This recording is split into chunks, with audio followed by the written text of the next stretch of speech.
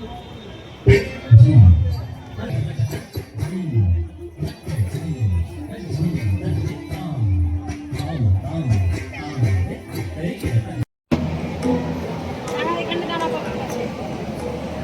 বন্ধুরা, আজকে ষষ্ঠী। তো ষষ্ঠীর অনেক অনেক শুভেচ্ছা। বড়রা প্রণাম নেবেন, ছোটদের অনেক অনেক ভালোবাসা, প্রিয় বন্ধুদের জন্য অনেক অনেক ভালোবাসা। তো আজকে সকালটা শুরু করে দিয়েছি, এই যে দেখতেই পাচ্ছেন। আর আমি এখানে কিন্তু চা এক গ্লাসে মানে চা করেছি, ওই আর কি হাফ গ্লাস। তো চা থেকে এখন ধোয়া উঠছে।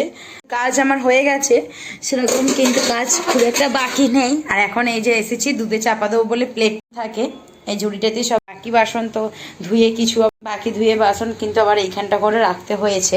তো এই যে আমি এবার কিন্তু দুধের একটা চাপাটা দিয়ে দেবো। মেয়েটাকে মুখ ধুয়ানো হয়ে গেছে, কিন্তু অনেক কাজ হয়ে গেছে। এবার স্নান করে কিন্তু পুজো করার পালা। আর কালকে কাদের সেই ঘরের ওপরে যে ফোঁটা দেয়, কালকে আমাদের সপ্তমী, কালকেই দেয়া হয়। তো কালকে তো আরও তাড়াতাড়ি উঠতে হবে, মানে এই পুজো কটার সিরিজটাই আর কি। পুজো কটা দিন একটু তাড়াতাড়ি ওঠার চেষ্টা করব, কারণ তাড়াতাড়ি কাজ মিটে গেলে খুব ভালো লাগে। আর পুজো কটা দিন বলুন তো কিন্তু একটু অন্যরকমভাবে কিন্তু রান্নাবান্না করে সবারই খেতে ইচ্ছা করে। চাটাও নিয়ে নিলাম আপনাদের সঙ্গে কথা বলতে বলতে। খুব তাড়াতাড়ি কথা বলছি, খুব ভালোও লাগছে। অ্যাকচুয়ালি আমি কিন্তু কথা বলতে কিন্তু খুব ভালোবাসি, খুব পছন্দ করি। বাড়িতে কেউ লোক এলে তাদের সঙ্গে খুব বকি।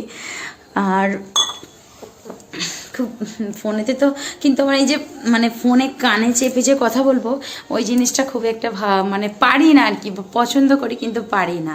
তো এই যে ওই জন্যই ভগবান বেছে বেছে আমাকে মানে আর কি এরকম একটা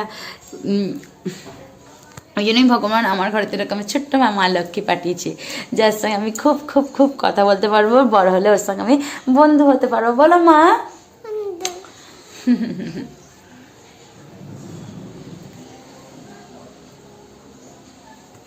তো চলুন এবার ওকে একটুখানি পড়তে বসাবো। মোটামুটি তো সব কাজ হয়ে গেছে, তো সেরকম রান্না ঝামেলা নেই। একটু লুচি আর আলুর দম করবো।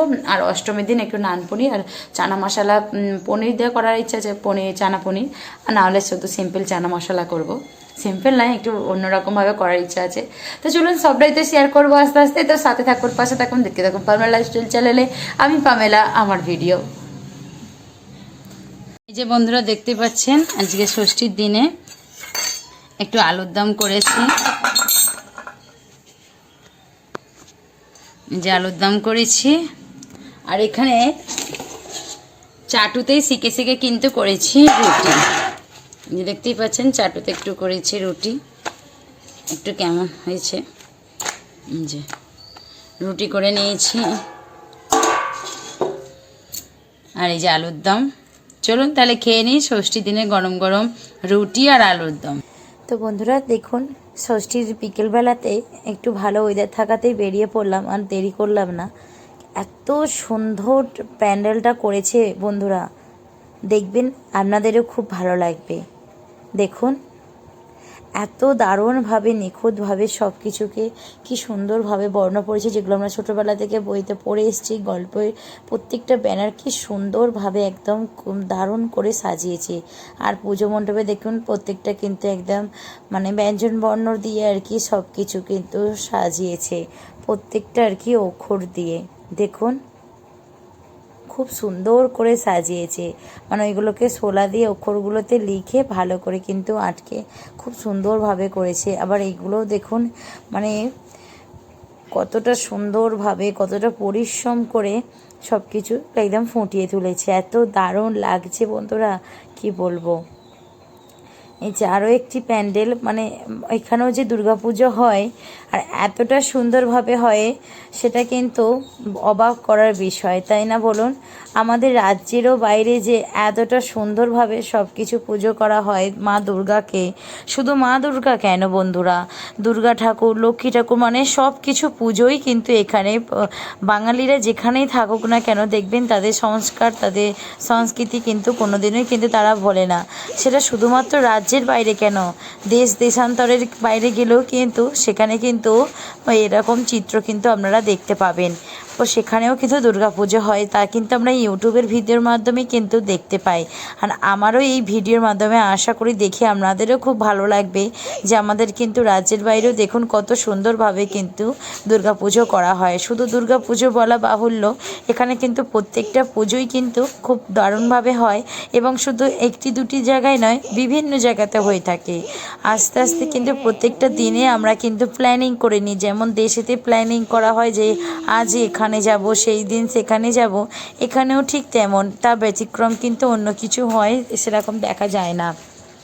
পুজো আসার আগে থাকতেই কিন্তু প্রত্যেকটা মানে আর কি ফোনে ফোনেই জানানো হয়ে যায় যে এখানে এটা প্যান্ডেল হয়েছে, চলো চলো সবাই মিলে দেখতে যাব, এইরকম ব্যাপার কিন্তু চলতে থাকে। তো প্রত্যেকটা দিনে কিন্তু খুব আনন্দ করা হয় এবং সকাল থেকে কিন্তু এখানে কিন্তু দুপুরের টাইমে খাবার ব্যবস্থাও থাকে। শুধু একটা দুটো জায়গা নয়, প্রত্যেকটা জায়গাতেই প্রায় কিন্তু থেকে থাকে এখানে।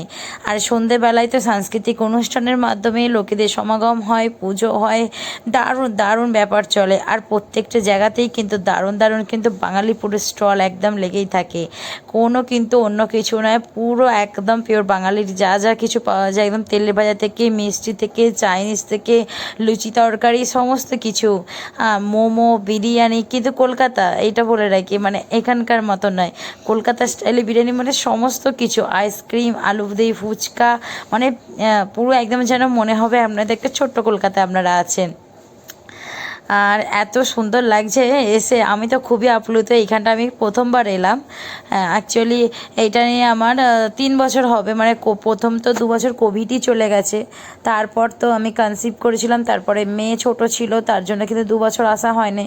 আর আগের গত বছরে কিন্তু আমি দেশেতে গিয়েছিলাম, মানে আমাদের শ্বশুরবাড়িতে ছিলাম পশ্চিমবাংলায় আর কি। আর এই বছর আমি হায়দ্রাবাদে দেখছি। আর মেয়েকে বড় করে নিয়ে সাথে নিয়ে দেখছি 3জন মিলে একটা আলাদাই এক্সাইটমেন্ট কাজ করছে, খুবই এক্সাইটেড ছিলাম দেখার জন্য আর কি।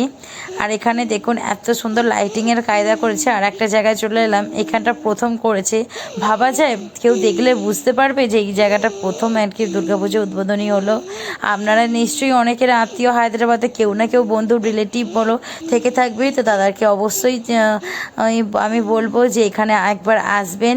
এই ভিডিওর মাধ্যমে যদি দেখে থাকেন তো তারাও তো নিশ্চয়ই আপনাদের হায়দ্রাবাদে থাকা কোনো রিলেটিভকে শেয়ার করে দেবেন, তাহলে তারাও কিন্তু এই পুজো মণ্ডপটা দেখে উপভোগ করতে পারবে। এত সুন্দরভাবে কিন্তু সব কিছু করেছে।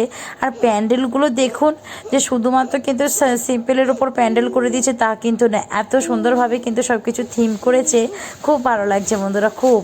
আর প্রত্যেকটা জায়গাতে কিন্তু এরকম বাঙালিদের স্টল বসেছে, প্রত্যেকটা জায়গায় বাচ্চাদের জন্য খেলনা, আর শান্তিভাবে কি সুন্দর। আর একটা জিনিস মজার কি বলুন তো, যেমন আমাদের দেশেতে একটা ঠাকুর দেখতে গিয়ে হাজার হাজার লাইন দিতে হয়, শয়ে শয়ে লাইন দিতে হয়, এখানে কিন্তু সেই রকম ব্যাপারটা নেই। অনেকটা ছাড়া ছাড়া ঠাকুর হয়েছে, কিন্তু অনেক ঠাকুর হয়েছে, মানে কাছাকাছি মধ্যেই 8 থেকে 10 কিলোমিটারের মধ্যেই মানে 16 থেকে 17টা মতন ঠাকুর হয়েছে, তাহলে বুঝতে পারছেন কতটা ঠিক ঠাকুর হয়েছে।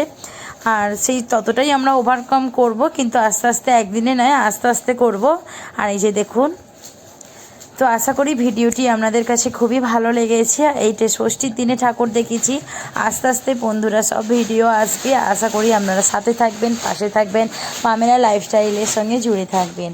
খুব ভালো লেগেছে আজকে এই ভিডিওটা আপনাদের সঙ্গে শেয়ার করতে পেরে।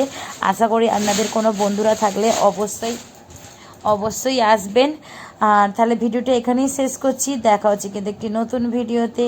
আপনারা ভালো থাকবেন, সুস্থ থাকবেন। আশা করি আপনাদের পুজোর কটা দিন যেন মায়ের আশীর্বাদে খুব ভালোভাবে যায়, খুব ভালোভাবে কাটুক সপরিবারে। তো আজকের মতন বিদায় নিচ্ছি, টাটা বন্ধুরা।